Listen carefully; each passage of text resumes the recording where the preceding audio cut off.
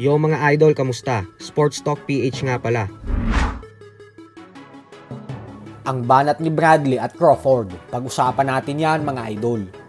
Ngunit bago ang lahat ay huwag kakalimutang mag-subscribe at i-click ang notification bell button for more sports talk.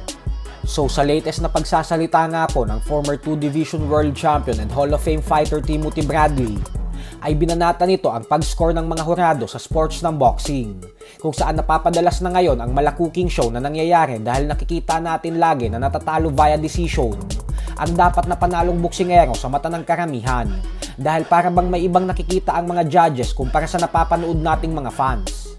Paliwanag ni Bradley na hindi daw biro ang mga pinagdadaanan ng mga kapwa niya boksingero sa ensayo bago ito sumabak sa ibabaw ng lona. Tapos sa bandang huli ay nanakawan lang ito ng panalo nang dahil sa kapalpakan na pag-score ng mga hurado. Kaya naman dahil dyan ay hindi lang mga judges ang binanata ni Bradley, at bagkos ang mga state athletic commissions at mga promoters ay tinira niya din. Giit ni Bradley na oras na umano para sa pagbabago, kaya naman nananawagan daw siya sa lahat ng bumubuo ng boxing na magtulungan at magkaisa upang maayos na ang napakaduming nangyayari ngayon sa sports na pinakaminamahal niya. Nagbigay si Bradley ng 5 solusyon upang maayos ang problema na ito. Number 1 ay kailangan daw ng regular evaluations at consistent training para sa mga judges. Pangalawa ay kailangan daw managot at maparusahan ng mga hurado na hindi maganda ang pag-score sa mga laban. Kumbaga ay dapat daw itong bigyan ng disciplinary actions. Pangatlo naman ay ang pagkakaroon ng consensus-based scoring with 4 judges. At pang-apat ay ang pagkakaroon ng open scoring. Kumbaga ay kada pagkatapos ng round ay ipapakita sa publiko ang kasalukuyang score ng mga hurado, nang sa ganun ay matiyak na walang dayaan na nangyayari. At ang panglima naman ay ang pagdagdag ng public awareness para sa judges at referee. So hindi nga po natin alam kung papakinggan ng mga malalaking tao na namamahala sa boxing ang mga birada ni Bradley upang maayos na ang isa sa pinakakurap at mapulitikang sport sa kasaysayan.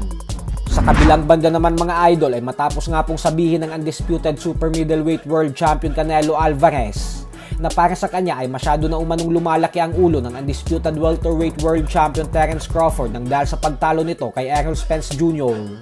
ay agad nga pong sumagot pabalik ang kampo ni Crawford sa Mexican superstar. Banat ng kampo ni Crawford na akala mo umano ay kung sino itong si Canelo, subalit ang katotohanan umano ay wala naman daw mga bilang ang mga nakalaban at tinalo nito. Ang tanging malakas na boksingero lang naman daw kasing tinalo ni Canelo ay si Gennady Golovkin. Bukod dyan ay handa daw talaga silang dumayo sa dibisyon ni Canelo upang labanan ito, dahil kumbinsido daw sila na hindi makakaporma si Canelo kay Crawford sa oras na magtagpo sila sa ibabaw ng lona. So hanggang dito na lang po muna tayo mga idol.